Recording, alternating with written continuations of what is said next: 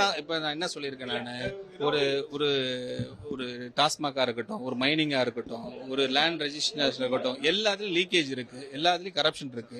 அதுதான் ஹியூஜ் இம்பாக்டே இந்த சுச்சுவேஷன் வந்தது. இன்னைக்கு சட்டசபையில நீதித்துறை அமைச்சர் மரியா வில்சன்ஸ் என்ன சொல்றாருன்னா, தமிழ்நாட்டுடைய கடன் 13.18 லட்சம் கோடியா. என்ன ஒரு கண்டுபிடிப்பு பாருங்க. 38 நாள்ல இவங்க இதுதான் கண்டுபிடிச்சிருக்காங்க. இது தமிழகத்திலோட நேரடி கடன் 10 லட்சம் கோடி, மொத்த பொதுத்துறை நிறுவனங்களுடைய கடன் 3.18 கோடி. மக்கள் புரிஞ்சுக்கணும், ஏன்னா இவங்க இனிதான் கண்டுபிடிச்சிருக்கிறாங்க. வெள்ளை அறிக்கை யாருக்கு சார் வேணும்? நீ எனக்கு கொடுத்த வாக்குறுதி தானே வேணும். இன்னைக்கு சட்டசபை கூடுதுன்னு சொல்லும் போது நீ வெள்ளை அறிக்கையை கொண்டு திசை திருப்பது எந்த விதத்துல நியாயம்? நான் கேட்கிறேன், நான் தமிழ்நாட்டு மக்களை கேட்கிறேன். தனி நபர் கடன் 1,29,000 உங்க வீட்டில் இருக்கிற ஒவ்வொருத்தருக்கும் 6 பேர் இருந்தால் 6 பேருக்கும் ஒரு தலையிலையும் 1.29 லட்சம் ரூபா கடன் இருக்குது. அதாவது ஆட்சிக்கு வரத்துக்கு முன்னாடி தேர்தல் அறிக்கையில விஜய் கொடுத்த அந்த தேர்தல் வாக்குறுதியை மட்டும் பார்க்க போனா சுமார் 12 லட்சம் கோடி, 12 லட்சம் கோடி ஆட்சிக்கே வரமாட்டேன்னு சொல்லி அள்ளி வீசினார் வாக்குறுதிகள்லாம். மக்கள் மறந்துருக்க கூடாது. ஒரு வருஷத்துடைய பட்ஜெட்டே 2025-26 பார்க்க போனீங்கன்னா 4.35 லட்சம் கோடி. நான் மக்கள் கிட்ட சொல்றேன், இந்த டிவிகே கவர்மெண்ட் நீங்க நினைக்கிற மாதிரி எல்லாம் திறமையானவங்கலாம் கிடையாது, அறிவு இல்லாதவனுங்க. நான் சொல்றேன் ஓப்பனா, எந்த மினிஸ்டருக்கும் அறிவு கிடையாது.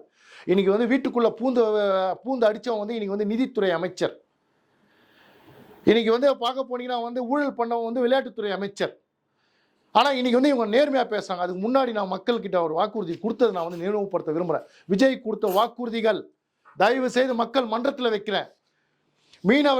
மீனவர்கள் பாதுகாப்பு உரிமை தொகை 8,000 20,000 சொன்ன, எப்போ தருவேன்? சிறைப்பிடிக்கப்படும் படகுகளுக்கு 5 லட்சம் நிவாரணம் வழங்கப்படும் சொன்னேன். ஆனால் இன்னைக்கு என்னன்னா மத்திய அரசாங்க கிட்ட கோரிக்கை வைக்கிறேன் பிரைம் மினிஸ்டர் கிட்ட, படகுகள்லாம் சிறைப்பிடிச்செல்லாம் விடுவிக்கணும்னு சொல்லி. அப்போ இந்த 5 லட்சம் நிவாரணம் பணம் எப்போ தருவேன்? அதே மாதிரி மீனவர்களுக்கு மானியம் டீசல் அளவு 3,500 லிட்டர் உயர்த்தப்படும் சொன்னேன். அது எப்போ உயர்த்தப்படும்? அது மட்டும் இல்லை, குடும்ப தலைவிக்கு 2,500 ரூபான்னு சொன்னல, 38 நாள் ஆயிடுச்சு. எப்போ தருவீங்க? இல்லை நீங்களும் திமுகவா 2 வருஷம் கழிச்சு கொடுக்கறதுக்கு? ஆண்டுதோறும் 6 சிலிண்டர் சொன்னீங்க, எப்போ தருவீங்க? மக்களுக்கு சொல்லுங்க. தமிழ்நாடு முழுவதும் மகளிருக்கு ஃபுல் பஸ் ஃப்ரீன்னு சொன்னீங்க. ஆனால் இன்னைக்கு மகளிர்லாம் பணம் கொடுத்து தான் போயின்னு இருக்கிறாங்க ஊருக்கெல்லாம். தமிழ்நாடு முழுக்க நேற்று இன்னைக்கு கேரளாலையும் மகாராஷ்டிராலையும் இம்ப்ளிமெண்ட் பண்ணிட்டாங்க. ஆனால் இன்னைக்கு விஜயால முடியல. இன்னைக்கு கர்ப்பிணி பெண்களுக்கு 25,000 ரூபா நீங்கள் மானியம் தருவேன்னு சொன்னீங்க. எத்தனை பேருக்கு அறிக்கை விட்டுருக்கிறீங்க? இன்னைக்கு மாணவர்களுக்கு ஆண்டு உதவி 15,000 ரூபாய் சொன்னீங்க. அது எப்போ தரப்போறீங்க? முதியோர் மற்றும் மாற்றுத்திறனாளிக்கு மாதம் 3,000 சொன்னீங்க. அது எப்போ தரப்போறீங்க? மின்சாரம் 200 யூனிட் ஃப்ரீன்னு சொன்னீங்க. 2 மாசத்துக்கு 200 யூனிட். தயவு செய்து இன்னைக்கு பார்த்தோம்னா மறுபடியும் மின்சார விலை ஏற்ற போறாங்க இந்த கவர்மெண்ட், எழுதி வச்சுங்க. வீட்டு வசதி சொத்து வரி எல்லாம் ஏற்ற போறாங்க இந்த கவர்மெண்ட், எழுதி வச்சுக்கோங்க. மகளிர் குழந்தைகளுக்கு 5 லட்சம் வட்டி இல்லா கடன் கொடுப்பேன்னு சொன்னீங்க. எப்போ தரப்போறீங்க? திருமணம் குழந்தை பிறப்புக்கு தங்கம் சாரி கிட்டு எல்லாம் மச்சான் சீர்லாம் கொடுப்பேன்னு சொன்னீங்க. எப்போ கொடுக்க போறீங்க? ஏன் இது வரைக்கும் நிறைய பேர் குழந்தை பிறக்கலையா? நீங்க 38 நாள்ல எப்போ மாமன் சீர் வரப்போகுதுன்னு சொல்லி ஏங்கிக்கிட்டு இருக்கிறாங்க. வேலையில்லா பட்டதாரிகளுக்கு 4,000 ரூபா தரேன்னு சொன்னீங்க. எப்போ தரப்போறீங்க? விவசாய கடன் தள்ளுபடி 5 ஏக்கருக்கு இலவசம் சொன்னீங்க. 5 ஏக்கருக்கு மேலே 50% சொன்னீங்க. ஆனால் 2025 2026 50,000 ரூபா வாங்கின விவசாயிகளுக்கு மட்டும் நைசாக 2,000 கோடி ரூபா தள்ளுபடி பண்ணிட்டாரு. அது இப்போ விவசாயிகள் போராட்டம்லாம் நடத்தின்னு இருக்கிறாங்க. இன்னைக்கு 75,000 ரூபா கடன் வாங்கினது வரைக்கும் நீ சொன்ன வாக்குறுதி என்ன? முழுசா தள்ளுபடி பண்ணுவேன்னு தான் சொல்றாங்க. ஆனால் அந்த விவசாயிகள் கதறி போராடுறாங்க. ஆனால் இந்த சிஎம் வாய் பேச முடியாத சிஎம் செக்ரட்டரியேட் டு வெளியே வர மாட்டேன்றாரு. ஊம முதலமைச்சரை வாயை தரப்பீங்களா? பவர் சென்டர் உங்ககிட்ட இருக்கிறதெல்லாம் உங்ககிட்ட அந்த கேள்வியை வைக்கிறேன். இன்னைக்கு சட்டம் ஒழுங்கு பாதுகாக்கப்படும், டாஸ்மார்க்கை ஒழிச்சிருவோன்னு சொன்னீங்க. ஆனால் இன்னைக்கு 717 கடை நான் அடைச்சிட்டேன்னு சொல்றீங்க. ஆனால் இன்னைக்கும் சொல்றேன், இதெல்லாம் திமுகவில் பண்ண முடியல. திமுக கடன் வாங்கிச்சுன்னு நீங்க சொன்னீங்க. ஆனால் நான் கேட்குறேன், விஜய் 50 வயசான அறிவு உள்ளவர் தானே. அப்போ இதுக்கு முன்னாடியே 10 லட்சம் கடன் சின்ன குழந்தை கூட தெரியும். கேட்குறேன், டிஎம்கே கவர்மெண்ட் என்ன சார் பண்ணாங்க? 60 ஆண்டு காலம் திராவிடம் ஆட்சி மாறி பண்ணீங்களே, எங்களெல்லாம் பைத்தியக்காரன் ஆக்கிட்டீங்களா பாவி பசங்களா. 60 வருஷத்துல 5 லட்சம் கோடி தான் கடன் இருந்தது. ஆனா இன்னைக்கு திமுக 5 வருஷத்துல 10 லட்சம் கோடி, அதாவது 5 லட்சம் கோடி கடன் ஆக்கியிருக்கிறாங்க. 92% கடனை ஏற்படுத்திருக்கிறீங்களா? ஏன்னா 5 வல்லுநர்களை வச்சுன்னு சொன்னீங்களா? தொழில்துறையை உள்ள தமிழ்நாட்டுக்குள்ள கொண்டு வரேன்னு சொன்னீங்களா? குடும்பத்தோட துபாயிலேருந்து ஜப்பான்லேருந்து அமெரிக்காலாம் பயணம் பண்ணீங்களா? எங்க காசுல எங்க வயிறு எரியுதுடா. நான் கேட்குறேன், இன்னைக்கு ஈபியில் வந்து பார்க்கணும்னா 2,47,130 கோடி கடன் இருக்குதா. ஏன் ஒன்றுனா வந்து இதில் வந்து பார்த்துங்க, உங்களுக்கு இனி தான் தெரியுமா, நான் இது வந்து ஈபி இன்னைக்கு வந்து தமிழ்நாட்டில் வந்து இந்த ஈபி கடன் அடைக்கணும்னா அதிகாரிகளை வந்து என்ன ஒன்றா வந்து ஆய்வு நடத்தணும் சார். பெரிய பெரிய வந்து பிஸ்னஸ் மேனுங்களாம் வந்து பார்ப்போம்னா, உதாரணத்துக்கு பெரிய பெரிய இதெல்லாம் இருக்குது, நகை கடை, துணி கடைங்களாம், ஏசிங்கெல்லாம் வந்து போட்டு என்ன பண்ணுறாங்கன்னா அட்ஜஸ்ட்மெண்ட் பண்ணி, உதாரணத்துக்கு வந்து 10 கோடி ரூபா அந்த இடத்துல வருதுன்னா 5 கோடி ரூபா இவங்க கலெக்ட் பண்ணி நீங்கள் 5 கோடி ரூபா நஷ்டப்படுத்துறாங்க. இதில் ஊழல், பெரிய ஊழல் நடக்குது. இதை கண்டுபிடிக்கணும். இதை கண்டுபிடிச்சாவே இந்த கடனை அடைச்சிடலாம்.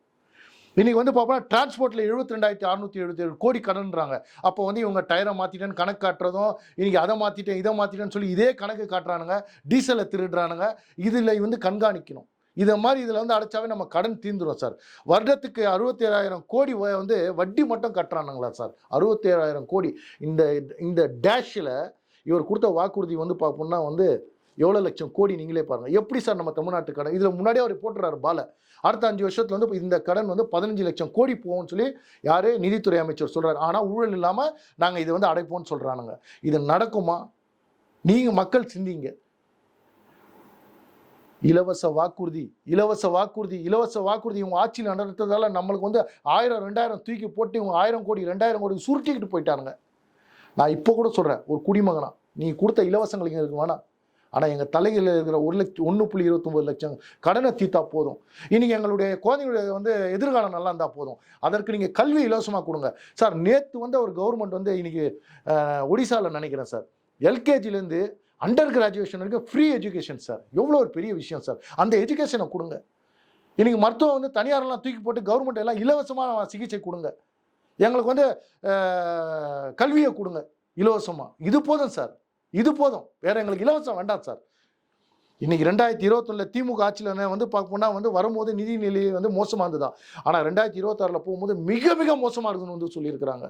அப்போ நான் கேட்குறேன், தயவு செய்து இந்த டிவிக்கு அரசாங்கத்துக்கு தைரியமும் திராணியம் இருந்தால், ஒவ்வொரு அமைச்சர்களும் வந்து பல ஆயிரம் கோடி சொத்து சேர்த்தாங்களே, ஒரு கண்டக்டராக இருந்தானுங்க, ஒரு அங்கே இருந்தானுங்க, இந்த அவங்களுடைய பின்னணியை நீங்கள் ஆராய்ந்து அவங்களோட சொத்தை பறிமுதல் பண்ணுறதுக்கு தைரியம் இருக்குதா சார்?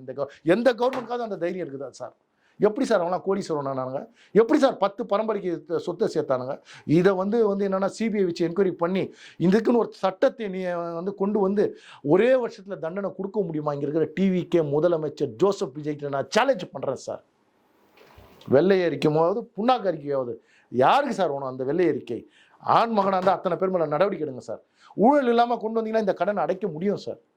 தமிழ்நாட்டு மக்கள் நம்பி உங்களை வந்து முதலமைச்சர் ஆக்கியிருக்கிறாங்க. அவங்கள எல்லாரையும் கோமாளி ஆக்கிடாதீங்க.